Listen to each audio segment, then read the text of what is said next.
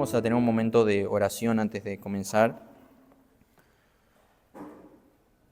Padre, gracias porque en esta mañana nos has dado la oportunidad de poder alabar un día más tu nombre, de poder recordar de quién eres, recordar también lo que has hecho por nosotros en la cruz del Calvario. Y como hemos cantado, tú eres grande, pero te hiciste pequeño, Señor, viniste a las partes más bajas de la tierra y te humillaste, como dice Filipenses, hasta la muerte y muerte de cruz. Padre, tú que deberías estar sentado en el trono y no haber descendido nunca, sin embargo lo hiciste por amor a nosotros. Por eso te damos gracias por permitirnos estar una vez más aquí, y sabemos que estamos aquí por tu pura gracia, sabemos que estamos aquí porque no nos has tomado en cuenta nuestros pecados, sino que nos has perdonado en la cruz de Cristo. Queremos ahora, Padre, pedirte que estés guiándonos por medio de tu palabra, y como siempre que nos acercamos a ella, pedimos por la ayuda de tu Espíritu, porque sabemos que hay una gran necesidad, primeramente en nuestra vida, de tu palabra, pero también la necesidad de que si tu Espíritu no obra, en vano sería. Por eso, Padre, te pedimos que ahora bendigas tu palabra en nuestros corazones, que podamos ser animados, exhortados, Señor, enseñados a través de ella. Pedimos ahora, Padre, tu bendición y tu guía, en el nombre de Jesucristo. Amén. Vamos a concluir hoy una pequeña porción, la cual empezamos hace unas semanas, desde el versículo 12 al 14, habíamos estado viendo que habían dos frases, las cuales los corintios habían aferrado para vivir una vida, si podemos decir, en libertinaje, una vida en la cual ellos no deberían estar viviendo. Y habíamos visto dos frases de las cuales nos llevaba a entender de que ellos hacían con su cuerpo lo que ellos querían. Y hoy vamos a estar continuando en parte eso. Pablo en el versículo 13 les dice que las viandas para el vientre y el vientre para las viandas, pero tanto al uno como al otro destruirá Dios. Pero el cuerpo no es para fornicación, sino para el Señor. Ya hemos visto algo de lo que hoy estaremos viendo, pero vamos a estar concluyendo. Ellos tenían en su mente y decían en pocas palabras, si la comida que el Señor creó y el vientre que el Señor creó es la comida para el vientre, de modo que si el Señor me dio deseos sexuales son para que yo los satisfaga.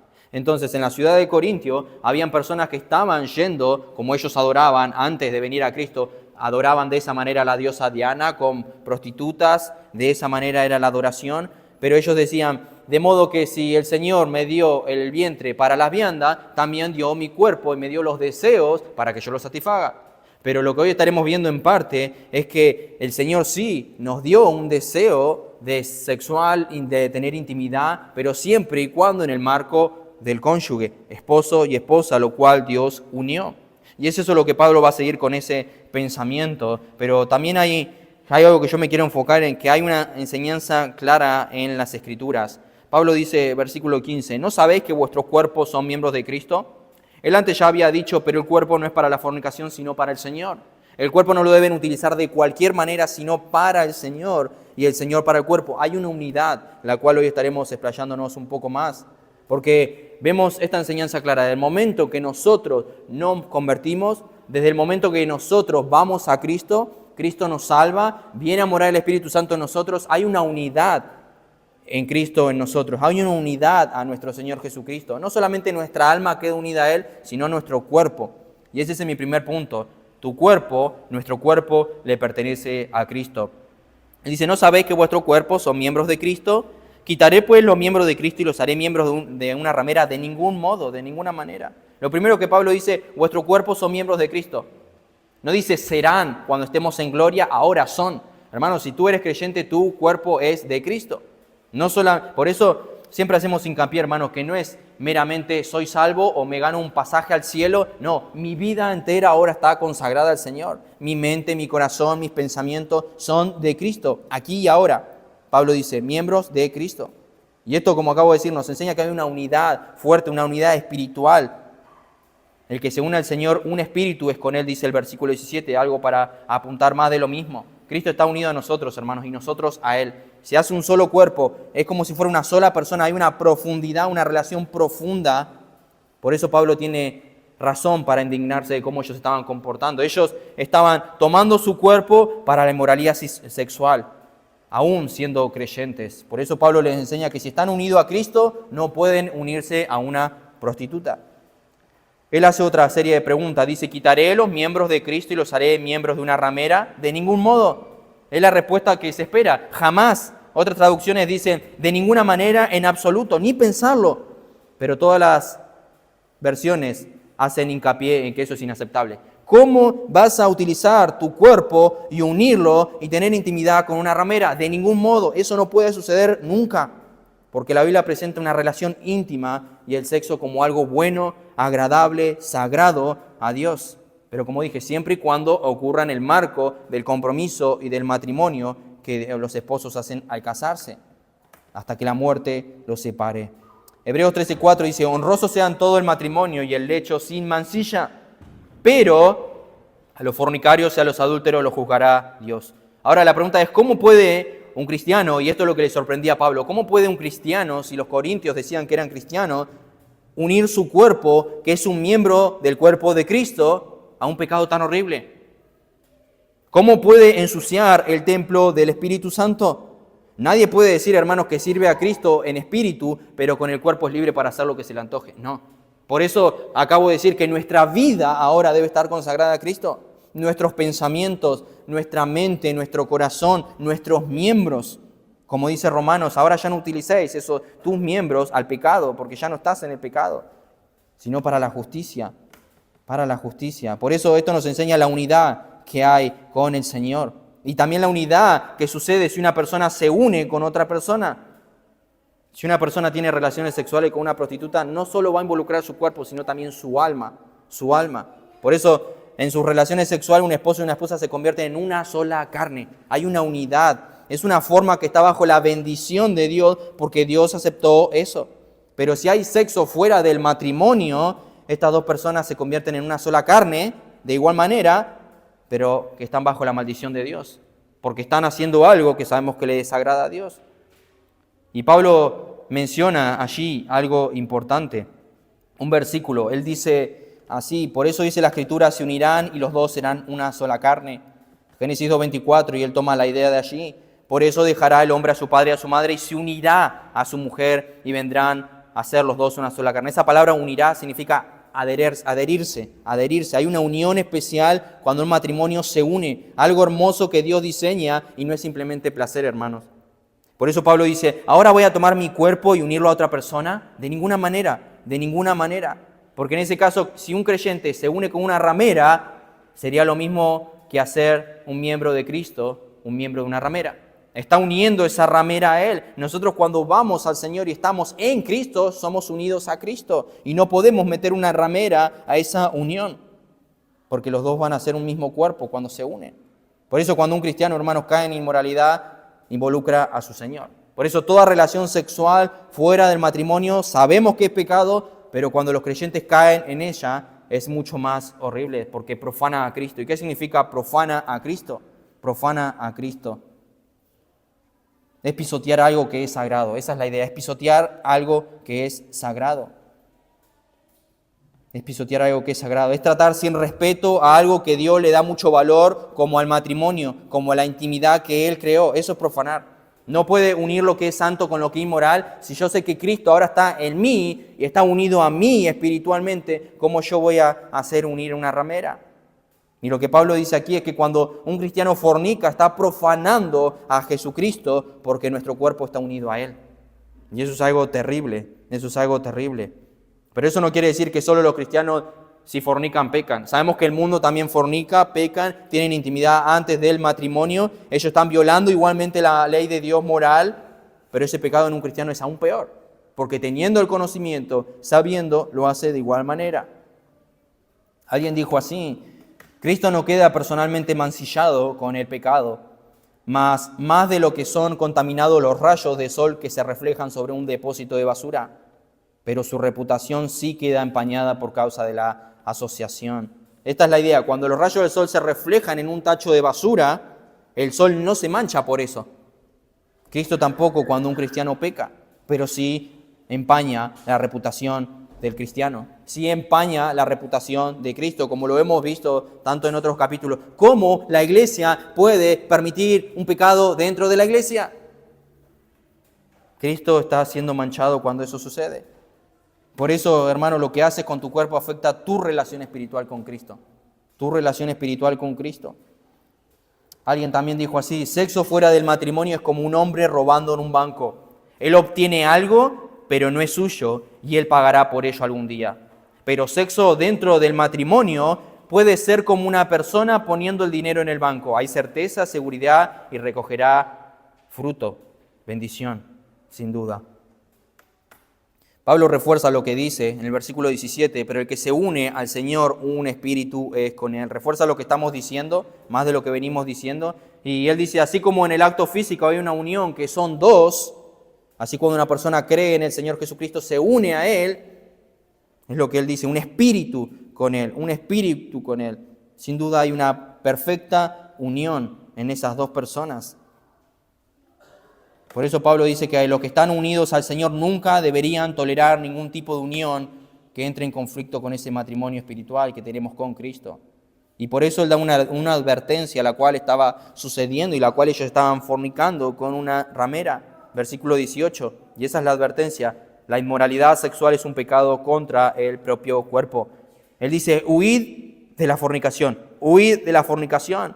Cualquier otro pecado que el hombre cometa está fuera del cuerpo, mas el que fornica contra su propio cuerpo peca. Otra traducción dice, huyan del pecado sexual. Ningún otro pecado afecta tanto el cuerpo como este, porque la inmoralidad sexual es un pecado contra el propio cuerpo. El consejo de Pablo, hermanos, sobre el pecado sexual es el mismo que el de que da Salomón una y otra vez en su libro, y ahora veremos algunos versículos. Huye de la fornicación. Pablo no nos está diciendo, sé valiente y trata de resistirlo, resiste la pasión lujuriosa y la inmoralidad, sino huye de su presencia. Ni siquiera se te ocurra acercarte, y cuando estés cerca, huye, sal corriendo. Sabemos que muchos han caído por menospreciar el poder de la pasión, de la lujuria, o pensar que pueden probarse a sí mismos a ver hasta dónde llegan, o hasta dónde pueden resistir. Hermanos, Dios nos dio el sexo como algo precioso, pero sabemos que el diablo lo usa para algo destructivo, para algo sumamente destructivo. Como dije que dice Hebreos, el hecho sin mancilla, el hecho sin mancilla. Eso significa la relación sexual entre esposo y esposa es pura, santa y buena delante de Dios. Pero la inmoralidad sexual tuerce eso, va en contra del propósito de Dios para la intimidad. Lamentablemente nos lleva a pecar. Y Pablo es claro con lo que dice, huid de la fornicación. Y la palabra esa de huir, ese verbo, sin duda está hablando en algo que debe ser presente continuamente. Está en tiempo presente y es un imperativo, es un mandamiento que deben hacer. Huyan, es una orden, pero también en algo presente, algo que podemos repetirnos todos los días. Pablo dice, manténganse huyendo, háganlo en todo el tiempo, huyan de estas cosas. Y uno podría decir, yo salí huyendo ayer de la tentación en la cual estaba, pero tiene que salir huyendo hoy, mañana y pasado hasta que Cristo venga o hasta que te mueras. Huye, esa es la idea de Pablo. No dice simplemente eviten este pecado, no se acerquen acá. Pablo está diciendo en otras palabras, sal corriendo de cualquier situación que pueda llevarte a pecar. Ese no es el momento de razonar, de pensar si puedo vencer la tentación, de poderme hacer esto. No, huye. Sin coquetear, sin pensarlo si conviene o no, qué gano, qué pierdo si lo hago, si accedo. No, huye. Es un llamado urgente, esa es el énfasis de la palabra, huyan. No se expongan a cosas, no enfrenten el pecado, sino huyan. Huye. Hermano, y no hay que considerarlo como un reto espiritual o como si conviene enfrentarlo o no, como alguien dice, sino como una trampa de la que hay que escapar enseguida. Debemos alejarnos tanto como podamos. Ahora, ¿por qué yo digo esto? ¿Qué dice la Escritura una y otra vez y qué referencia vemos? Sabemos que el pecado sexual ensucia, mancha y hace ver a la persona horrible. Pero aparte también puede traer consecuencias gravísimas, pero por sobre todo enfriar la comunión con Dios. Y creo que eso es una de las más terribles consecuencias. ¿Te acuerdas de David del Salmo 51 cuando él dice, vuélveme Señor el gozo de tu salvación? No, yo sé que por causa de mi pecado vino consecuencias a mi vida, perdí el reino, mi hijo me quitó el reino, sucedió lo que sucedió con mis hijos, uno de mis hijos abusó de mi otra hija, el otro quiso vengarse y matarlo y ese mismo hijo me quiso quitar el reino. Pero no quiero el reino, yo ahora quiero el gozo de tu salvación porque cuando pequé contra ti me di cuenta que me alejé de la comunión contigo a causa de mi pecado. No quiero el reino, Señor, no quiero las riquezas que tenía, no quiero las mujeres que tenía, no me importa eso porque no se compara contigo, solamente quiero la comunión contigo. Él había perdido el gozo, hermano, de su salvación, la comunión que tenía personal, íntima con Cristo. Y lee los salmos, aquellos que David escribió para darte cuenta la relación íntima y hermosa y perfecta que tenía con el Señor y cómo se deleitaba en Él, cómo amaba al Señor hasta que pecó. Y eso nos puede traer algo tan horrible, hermanos, de perder la comunión. Ahora no hay deseo de cantar, oro y siento que las oraciones no llegan ni al techo, no hay gozo al leer. Y David decía, vuélveme el gozo de tu salvación, es lo único que me importa. No me importa recuperar otras cosas, quiero estar cerca contigo como aquella comunión que teníamos antes de que yo pecara, Señor. Por eso, hermano, tú puedes pecar, pero sabes que hay consecuencias. Y está el llamado, huye de la inmoralidad sexual, porque el pecado sexual ha destruido a muchos. Y tenemos varios ejemplos en las Escrituras. Tenemos a David, conocemos, como acabo de decir, su historia. Tenemos a Salomón, tenemos a Sansón, lo que le ha sucedido. Pero sabemos que debemos seguir el ejemplo de José. ¿Qué hizo José? Huyó, salió corriendo. No importa si le habían tomado sus ropas y no importa si salió prácticamente desnudo, pero huyó. Él dijo, ¿cómo voy a pecar contra mi Señor? Salió corriendo. ¿Y qué dice aquí Pablo? Huye de ese pecado, haz como José, huye. Pero sin duda ese pecado puede traer consecuencias, hermanos.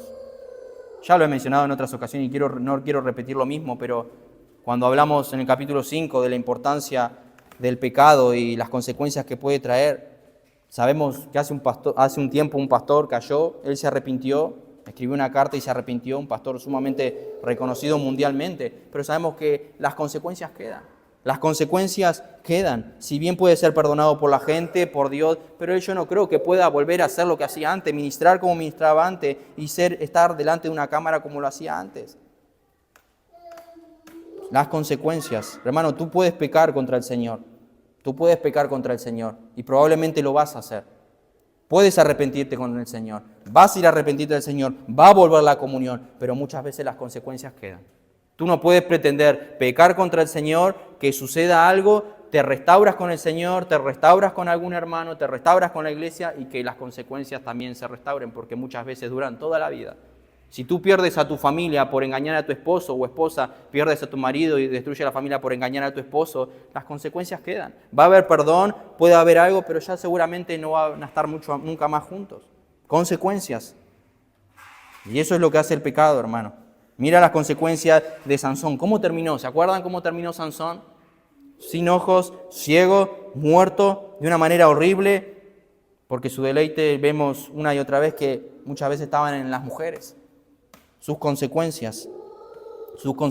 Mira a Salomón cómo las mujeres alejaron su corazón de Dios, sus consecuencias. El pecado sexual, hermanos, destruye más de lo que aparenta. Pero la palabra fornicación, cuando nos dice huir de la fornicación, no se basa únicamente en el contexto en el cual está hablando de que se va a unir con una ramera. Esa palabra que Pablo usa allí significa porneia, lo he dicho en otras ocasiones, que eso significa un amplio rango de pecado sexual. Es cualquier inmoralidad, cualquier pecado sexual, que no es simplemente tener intimidad con alguien con quien no estamos casados. Y eso abarca muchísimo. La gratificación sexual, la emoción de poder encontrar en videos pornográficos, películas, revistas, materiales en internet. Huye de esas cosas, eso es lo que dice Pablo. Huye de esas cosas. Y yo te pregunto, hermano, ¿estás huyendo de la inmoralidad? ¿Estás huyendo de la inmoralidad? ¿O estás siendo un poco permisible con ciertas cosas? El Señor nos dice, huye de esas cosas. Primera Tesalonicenses dice, pues la voluntad de Dios es vuestra santificación, que os apartáis de fornicación, la misma palabra, que cada uno de vosotros sepa tener su propia esposa, y no habla simplemente de la esposa, sino de un vaso del cuerpo, en santidad y honor. Romanos 1, por lo cual también Dios los entregó a la inmundicia en las concupiscencias de sus corazones, de modo que deshonraron entre sí sus propios cuerpos. Cuando uno se entrega, sale del marco del matrimonio y fornica, como dice aquí, o adultera, si podríamos hablar del matrimonio, están deshonrando también entre sí sus propios cuerpos. Hay una advertencia, hermano, en Colosenses 3, haced morir, hagan morir lo terrenal en vosotros. Y lo primero que dice, fornicación, impureza, pasiones desordenadas, malos deseos, cosas por las cuales viene la ira de Dios sobre los hijos de desobediencia. No es compatible este estilo de vida, no es compatible la inmoralidad en la vida cristiana. Y yo no estoy diciendo que no pueda haber una lucha, yo estoy diciendo que no es compatible. Es más, tenemos que luchar, tenemos que huir. Pablo dice, si tú eres cristiano nunca te va a llegar esto, ¿no? Dice, cuando llegue, huye. Cuando llegue, fortalécete en el Señor y en el poder de su fuerza. Pero va a llegar. Y dicen, las cuales vosotros también anduviste en otro tiempo cuando vivías en ellas. Es algo del pasado y debe quedar como algo del pasado. ¿Pero por qué debemos huir? Nos dice Pablo. Porque cualquier otro pecado que el hombre comete está fuera del cuerpo, mas el que fornica peca contra su propio cuerpo. Hermanos, la mayoría de los pecados no tienen efectos directos sobre el cuerpo de uno. La mayoría de los pecados no tienen efectos. Si yo miento, si yo hago ciertas cosas, no tienen efecto sobre mi cuerpo. Pero la inmoralidad es singular en el sentido de que afecta directamente a mi cuerpo.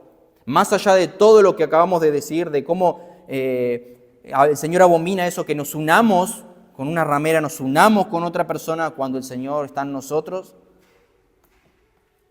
pero afecta a nuestro propio cuerpo. Alguien dijo así, aunque es cierto que la glotonería y la embriaguez, por ejemplo, afectan al cuerpo, la mayoría de los pecados no lo hacen. Y ni siquiera la glotonería ni la embriaguez afectan el cuerpo de manera tan directa, extensa o destructiva como la inmoralidad. La actividad sexual fuera del matrimonio inevitable e irresistiblemente causa estragos en el culpable. Te doy un ejemplo, hermano. Si yo te digo que hay una persona, o lo pongo un poco más agravado, o un pastor que de hace 3 años está dándose a la bebida y emborrachándose, no te va a tal vez parecer tan grave si yo te digo que una persona o un pastor hace 3 años está adulterando o fornicando con una mujer. Ya el hecho de escucharlo es escandaloso, porque eso hace el pecado sexual. El pecado sexual es dañino a la reputación de una persona. Imagínate al cuerpo, al alma, algo tan personal que el Señor hizo para dentro del marco del matrimonio. Pablo no está diciendo que la inmoralidad sexual es peor que cualquier otro pecado, pero el pecado sexual, hermano, tiene un efecto único en el cuerpo. Destruye, y no solo en la forma física, sino también en una forma moral y espiritual. Pablo dice que pecamos contra nuestro propio cuerpo. Alguien dio un ejemplo así. Supone que estás manejando un auto muy caro, último modelo, que te acabas de comprar.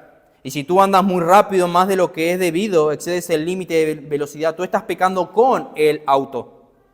Pero si tú llenas el auto de basura, en el baúl, en los asientos, tú estás pecando contra el auto porque estás ensuciando, estás profanando, la palabra que utilizamos hace un momento, tú estás dañando en cierto modo el auto. Y eso ocurre cuando un creyente cae en un pecado de inmoralidad. Está dañando, está llenando de basura un cuerpo que le pertenece al Señor. Por eso, hermano, es tan grave. Y a la vez también esa persona se está provocando un grave daño contra su mismo cuerpo, dice Pablo aquí. Porque el pecado sexual, hermano, no solo ofende a Dios, sino que hiere al mismo pecador. Hiere al mismo pecador. El que fornica contra su propio cuerpo peca. Hay un daño emocional, espiritual, físico y muchas veces irreversible. Muchas veces irreversible. Escuchen esto, el pecado sexual tiene una forma propia de destruir el ser interior de la persona, como no la tiene ningún otro pecado.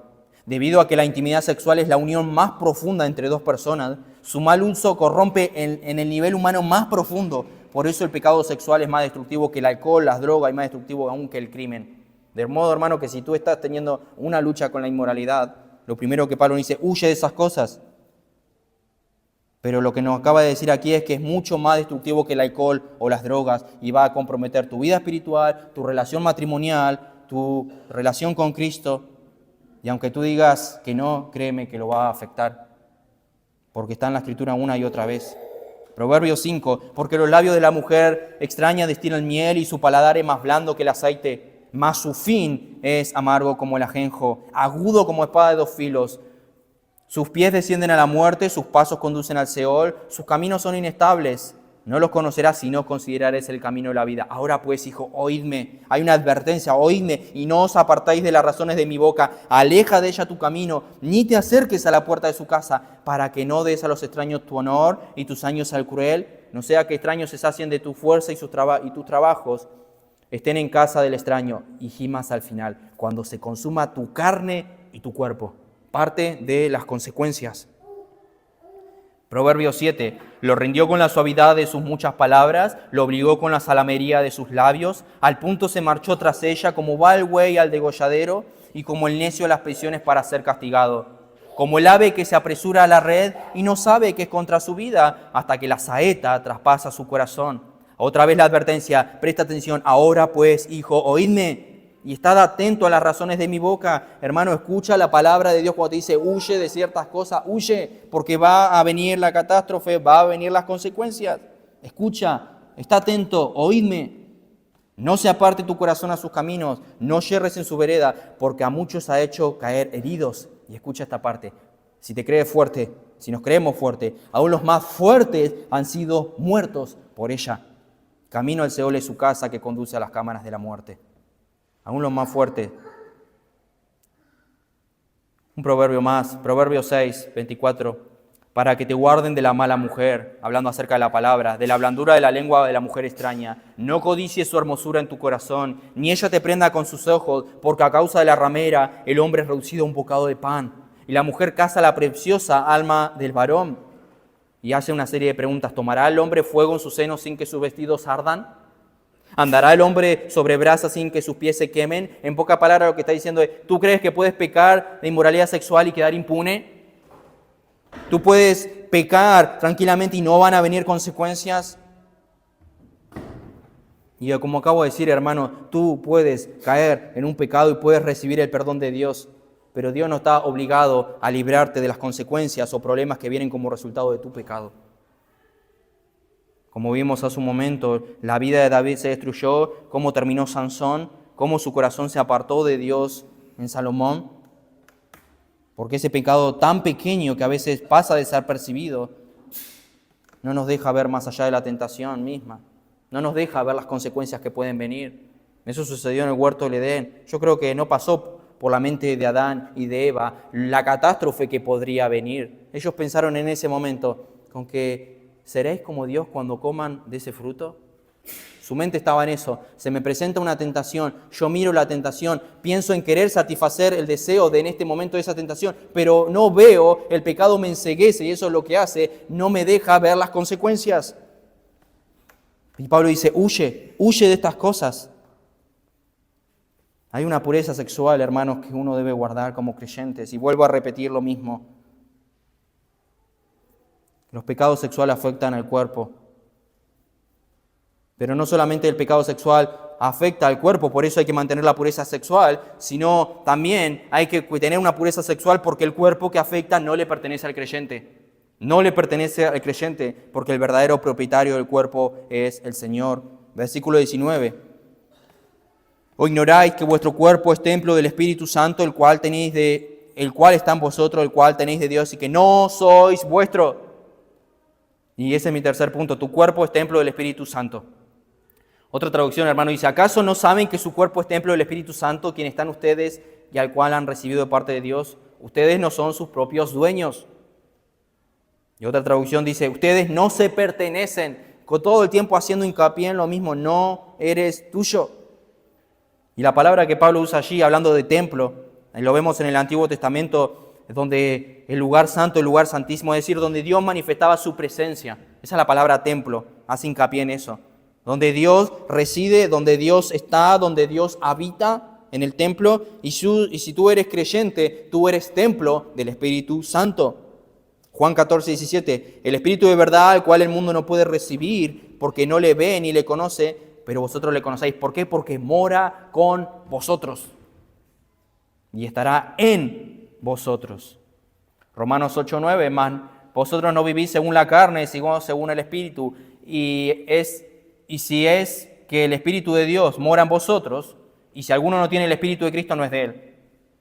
El significado es que aquel que tiene el Espíritu es de Cristo, y el que no tiene el Espíritu no es de Cristo. Es la evidencia clara de que somos creyentes. De modo, hermano, que si tú hoy eres creyente, tienes el Espíritu Santo morando en tu vida. Por ende, no te perteneces. Yo doy un claro ejemplo, hermano, hablando acerca de la inmoralidad. Cometer una inmoralidad sexual, estamos hablando en una iglesia, en un templo. Si hay dos personas que llegan a cometer una inmoralidad sexual en el templo de una iglesia, uno podría decir qué repugnante que es eso. Qué repugnante que es eso. Pero eso no sería peor que cometerlo en cualquier otra parte, porque tú ya eres templo del Espíritu Santo. Uno podría decir, aquí adentro hay dos personas que tienen intimidad, que no honra al Señor y sucede algo horrible a los ojos de la iglesia, a los ojos del Señor. Pero si tú haces eso fuera del templo también es lo mismo, porque tú eres el templo mismo del Espíritu Santo. Por eso cada acto de fornicación, cada acto de adulterio realizado por cristianos se lleva a cabo en el templo de Dios. Segunda de Corintios 6 nos dice, porque vosotros sois el templo del Dios viviente. Y a veces, hermanos, perdemos de vista eso. Perdemos de vista que Dios mora en nosotros, que Dios está en nosotros y que nuestro cuerpo le pertenece a Él. Dios, hermano, quiso que el Espíritu Santo mora en nosotros. Quiso utilizar mi cuerpo como templo donde habita el Espíritu Santo. ¿Y qué es lo que se hace en los templos? Lo primero que viene a nuestra mente probablemente es adorar a Dios. Nosotros venimos para adorar a Dios. Y vivir como templo, eso va a implicar que debemos adorar a Dios con nuestro cuerpo, porque Él ya es un templo. Si nosotros decimos que el templo es para adorar a Dios, bueno, tú eres un templo, el templo del Espíritu Santo. Tu cuerpo ahora debe adorar a Dios. Esa es la idea. Y eso implica vivir en santidad, en reverencia, en obediencia. Si Dios convirtió tu cuerpo en un templo, es para que vivas de tal manera que Él pueda ser honrado y adorado en todo lo que tú haces con tu cuerpo. Por eso, hermanos, no solo es nuestro cuerpo el santuario del Espíritu Santo, sino que además no somos nuestros, dice aquí el pasaje.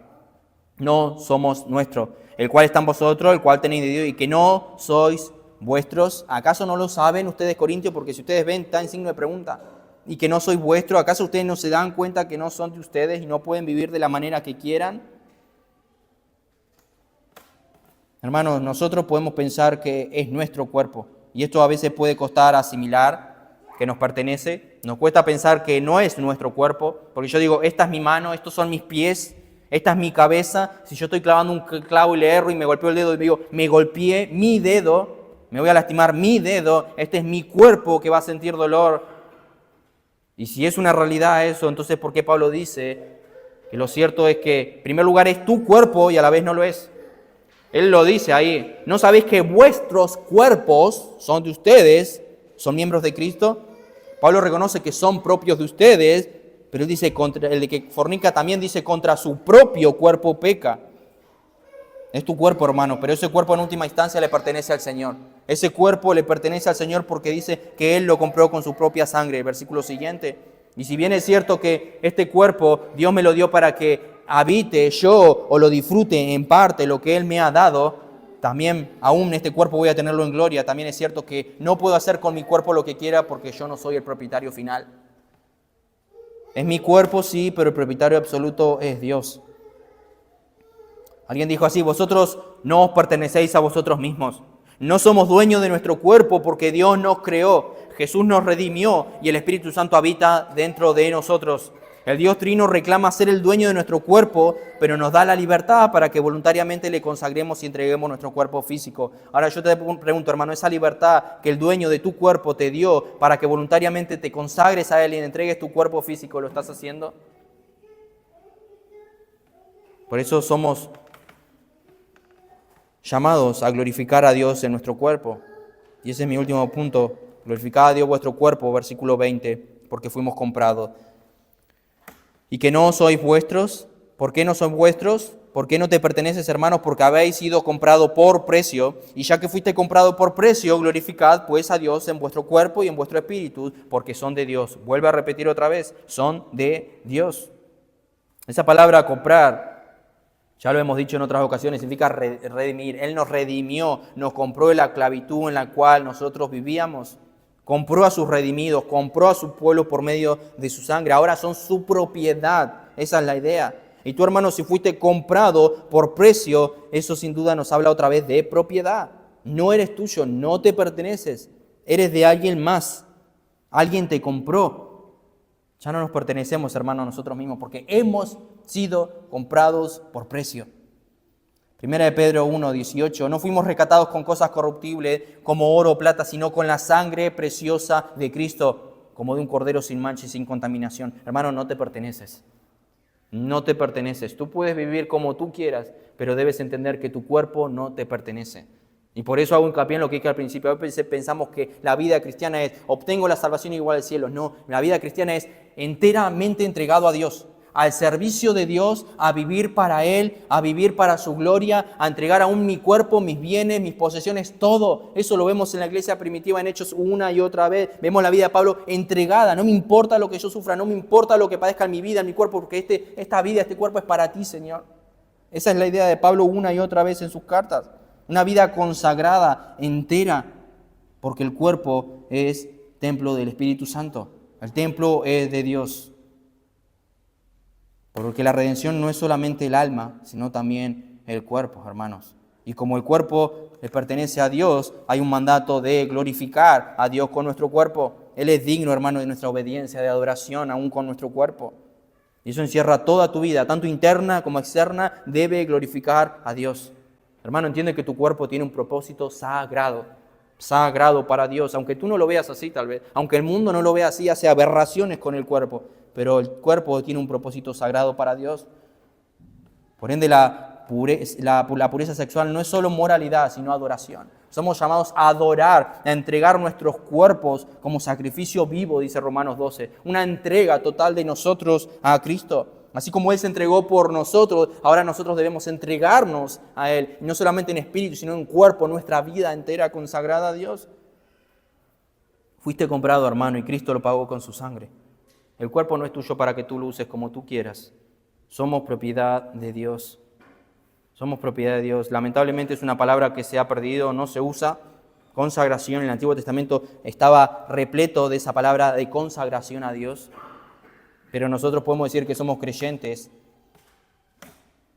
y no hay una consagración, una entrega total de nuestra vida por completo a Dios. Consagrarnos a Dios, vivir para Dios, entregarnos a Dios, entender que no nos pertenecemos. Y Cristo, hermano, no murió para salvarnos meramente solo una parte de la persona, sino toda tu vida. Y la Escritura lo menciona como alma y cuerpo, ambas cosas. Cristo dio su vida para darnos un alma redimida, también un cuerpo puro. El problema es cómo estamos usando nuestro cuerpo. Sabemos que la iglesia de Corinto no estaba usándolo de la manera correcta, glorificando a Dios con su cuerpo, porque estaban llevándole a la fornicación, a acostarse con prostitutas. Y dijimos que la manera de hablar de fornicación abarca mucho más que meramente acostarse con una mujer.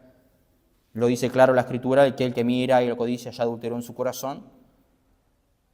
Pero nos llama el Señor a tener un cuerpo puro, un cuerpo puro. Por esa razón, hermano, un cristiano no puede hacer con su cuerpo lo que él quiera, porque ese cuerpo no le pertenece a él, sino a Cristo, a Cristo. Alguien dijo así, hablando acerca del cuerpo, como si le estuviera hablando del cuerpo: cabeza, piensa en aquel cuya frente fue ceñida con espinas. Manos, trabajad para aquel cuyas manos fueron clavadas en la cruz. Pies, lanzaos a hacer la voluntad de aquel cuyos pies fueron traspasados. Cuerpo mío, sé el templo de aquel cuyo cuerpo fue transido de indescriptibles dolores. Y ya, hermano, que se pagó un alto precio por ti. Esa es la manera en que nosotros debemos vivir. Se pagó un alto precio, te compró, y ya que no te perteneces, tienes un mandato divino. Glorifica a Dios con tu cuerpo, honra a Dios con tu cuerpo. Por eso, hermano, hazte preguntas todos los días. Pregúntale a Dios cómo le gusta que vivas. Pregúntale a Dios cómo cuidas tu cuerpo. Yo te pregunto, ¿tú piensas que Dios es glorificado cómo cuidas tu cuerpo? Y no hablo de ponernos cremas, no hablo de cuidar nuestro cuerpo en belleza externa, simplemente hablo de la interna muchas veces, hermanos. Tus ojos, ¿qué ves?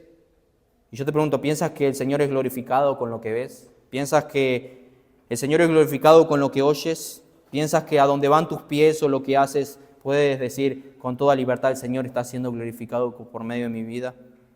Con todo mi cuerpo, con todo mi ser. Romanos 14:8, pues si vivimos para el Señor vivimos, y si morimos para el Señor vivimos, pues ya sea que vivamos o que moramos, del Señor somos. Nuestra vida entregada al Señor. Si muero, soy para el Señor. Y si vivo, para el Señor vivo. Y la pregunta está, ¿vives para el Señor? Acompáñame por un momento en Efesios. Algo que ya también vimos por la tarde, Efesios capítulo 1.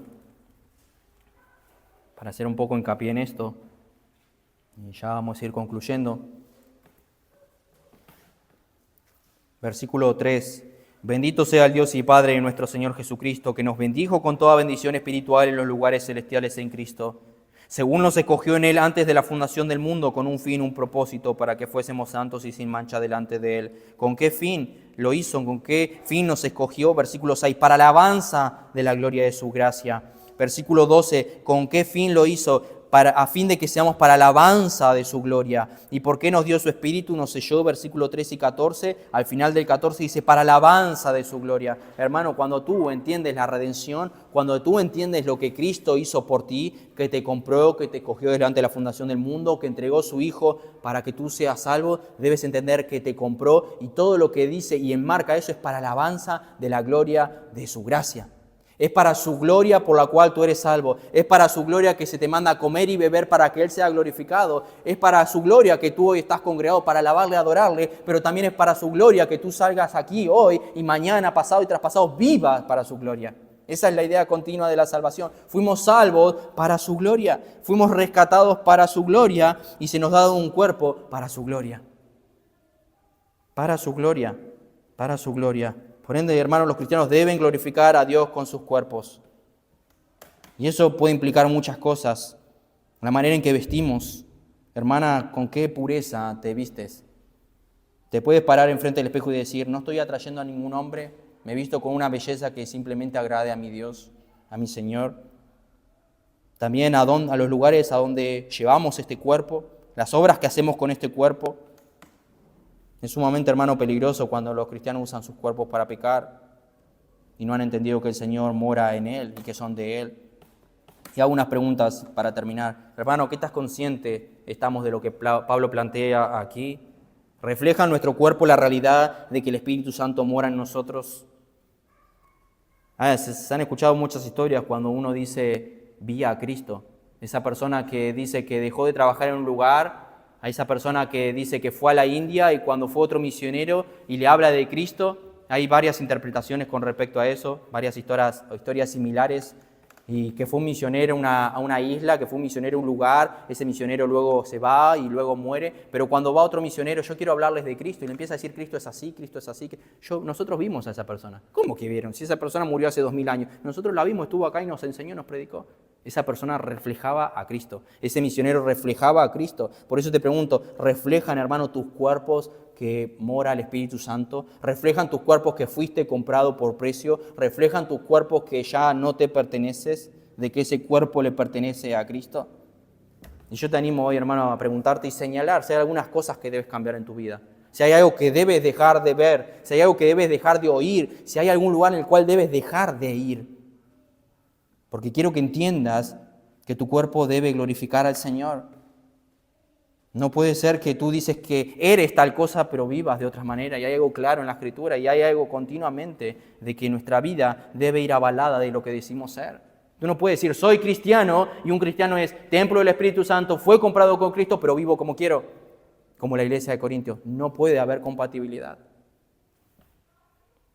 Por eso el Señor, hermano, pídele al Señor que abra tus ojos para que pueda ver a Cristo, y no simplemente como un Salvador, sino como algo más deleitoso, porque cuando tú, como hoy estuvimos viendo aquí, hablando de la fornicación, del pecado sexual, de la inmoralidad, como ellos se deleitaban, tú en tu antigua vida, nosotros en nuestra antigua vida podíamos deleitarnos en el pecado, en la inmoralidad o en el pecado que sea. Y sabemos que van a venir ofertas engañosas de este mundo, pero no se comparan con las glorias de Cristo, no se comparan con lo que es Cristo, con las riquezas de Cristo. Pablo nos dice que huyamos de la fornicación, y yo hoy te animo, hermano, huye de la fornicación, huye de la inmoralidad sexual, pero no vayas y corras un rumbo sin sentido. Huye de la fornicación, huye de la inmoralidad, pero corre hacia Cristo. Vete de ese lado, vete de esa tentación, pero corre a Cristo, porque lo que Él ofrece es infinitamente mucho superior, mejor que cualquier oferta que el pecado pueda ofrecerte hoy en día. Puede ser tentador, puede ser agradable a los ojos como la fruta en Eva, pero más allá de la consecuencia que puede traerte, hermanos, te puede romper la comunión con el santo ser del universo, Cristo mismo. Y después, hermanos, viene la pregunta, ¿por qué no tengo ganas de ir a la iglesia? No tengo gozo al cantar, no tengo ganas de orar, no tengo ganas de leer. Consecuencias tal vez del pecado. No hay gozo de la salvación como le pasó a David. Pero como conclusión, 3 puntos nada más. Este mensaje que acabo de compartir puede resultar chocante, por sobre todo en la época sexualizada donde estamos viviendo hoy en día, lamentablemente, salimos a la calle y hay una sexualidad en las canciones, en las vitrinas, en cualquier lugar, pero vemos en la Escritura una y otra vez que señala la manera que debemos guardarnos en pureza para el Señor y por causa del Señor. Para el Señor y por causa del Señor. Por eso, hermano, hoy quiero decirte que guardes algo en tu corazón. Las cosas que tú o el pecado puedan ofrecerte, nunca te van a poder satisfacer. Es engañoso y eso es lo que hace el pecado, te ciega, es engañoso. Eso hace el pecado. Nos hace creer que es satisfactorio, que nos va a satisfacer y puede ser que lo sea por un momento, pero déjame decirte que no lo es. Ya que hemos sido creados con otro propósito, para que el único que nos satisfaga sea el Creador y no las cosas creadas. Por eso, hermano, guarda tu corazón, hermano y hermana, porque a veces pensamos que podemos ser los hombres nada más. Guarda tu corazón. Guarda tu corazón, hermano, y evita toda forma de inmoralidad sexual. Y hablo no solamente del matrimonio, como menciona aquí, sino la palabra fornicación amplía mucho más que eso. Guárdate, hermanos, guárdate. Pero no solamente por obediencia, porque hay un mandamiento, sino por amor a Cristo. Y eso es lo que yo siempre animo a hacer, recordarnos lo que Él padeció. Es lo único que nos va a motivar a decir, ¿cómo voy a pecar contra Él? Mira lo que era, mira dónde me rescató, ¿cómo otra vez voy a caer otra vez en lo mismo? ¿Cómo otra vez voy a pecar con lo mismo? Por amor a Él, hermano. Porque cuando nosotros lo hacemos por obediencia, termina siendo religiosidad. No puedo hacerlo. No quiero hacerlo. ¿Cómo voy a hacer este gran mal? Como dijo José, ¿cómo voy a pecar contra Dios? Él había entendido todo, hermano. Él había entendido todo. Por eso, hermano, recuerda el precio que se pagó. Recuerda que pecar sabiendo que alguien derramó su sangre, entregó su vida por ti, es despreciar esa sangre. Tú dices que no, pero estás diciéndole eso al Señor. Es pisotear esa sangre, escupir esa sangre. Porque tu pecado le costó la propia vida del Hijo de Dios. Por eso, hermano, hoy decide glorificar a Dios con tu cuerpo, con tu mente, con tu espíritu. No viva como alguien que se pertenece a sí mismo, sino como alguien que ha sido comprado por amor. Y recuerda esto diariamente, que no te perteneces. Si Cristo dice, haz esto, lo hago, aunque muchas veces cueste. Y eso es el mandato divino, negarnos a nosotros mismos, tomar nuestra cruz. No quiero hacerlo, Señor, porque mi deseo está aquí. Pero hazlo, fuiste comprado, no te perteneces. Cierro con esta pregunta, hermano. ¿Estás tolerando áreas en tu vida, en lo que ves, en lo que haces o en lo que permites? ¿Estás tolerando ciertas cosas de las cuales sabes que no tienes que tolerar? Corre a Cristo, porque tú le perteneces a Cristo. 1 Tesalonicenses 5, el mismo Dios de paz os santifique por completo, y todo vuestro ser, espíritu, alma y cuerpo sea guardado irreprensible para la venida de nuestro Señor Jesucristo. Vamos a orar.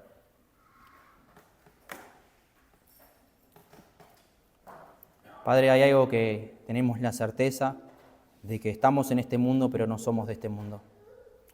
Aunque muchas veces caemos en la trampa de que caemos en la rueda de este mundo como si viviéramos en él, como si perteneciéramos a él, pero tenemos una ciudad celestial la cual nos espera. Por eso, Padre, ayúdanos a poner nuestros ojos allí y ayúdanos, Señor, a que podamos vivir una vida digna del mensaje del Evangelio, una vida digna la cual nos ha llamado a vivir. Sabemos de memoria muchos pasajes, como que tenemos que glorificarte con todo lo que somos, pero muchas veces no lo hacemos. Por eso, Padre, como hijos tuyos, ayúdanos a deleitarnos en la debilidad para que podamos deleitarnos en tu poder. Como dice Pablo, que él se gloriaba en su debilidad para que repose el poder de Cristo sobre él. Y ayúdanos, Señor, a depender de tu poder, de tu fuerza. Sabemos que tenemos un enemigo, el cual también nos tienta día a día y el cual mueve, Señor, los corazones de este mundo, los inclina una y otra vez a la inmoralidad, a que se propague ese pecado como ningún otro.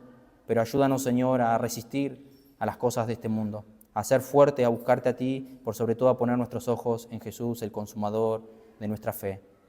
Por eso, Padre, te pedimos que bendigas a tu pueblo, a tu iglesia, y que como iglesia, Señor, te ruego en esta hora que nos santifiques, que nos hagas hombres y mujeres piadosos, hombres y mujeres que se deleiten en ti, hombres y mujeres que se consagren a ti. A veces no oramos, Señor, pero sabemos que lo necesitamos. Ayúdanos a vernos a la luz de tu palabra, ayúdanos a vernos a la luz de lo que dice tu palabra, cómo quieres que vivamos, y que seamos instrumentos útiles en las manos del Dios vivo y verdadero. Pedimos, Padre, que bendigas a tu iglesia, que nos bendigas y, por sobre todo, a no ser oidores de tu palabra, sino hacedores de ella, y que podamos salir hoy, Señor, y que si tenemos que hay algo que cambiar, arrepentirnos e inclinarnos a ti, que podamos hacerlo. Ahora lo sabemos, Señor, y eso es aún peor. Por eso guíanos para vivir una vida de pureza, una vida de integridad, una vida de consagración, como vemos una y otra vez en tu palabra. Bendice a aquellos, Señor, que están sin Cristo, que tal vez no te conocen, que tal vez dudan de sus corazones. Por eso te pedimos también que tengas misericordia de ellos, para que ellos puedan ser librados de la esclavitud de su pecado y poder consagrarse a ti. Pedimos, Padre, que bendigas a tu pueblo. Te lo pedimos en el nombre de Jesucristo. Amén.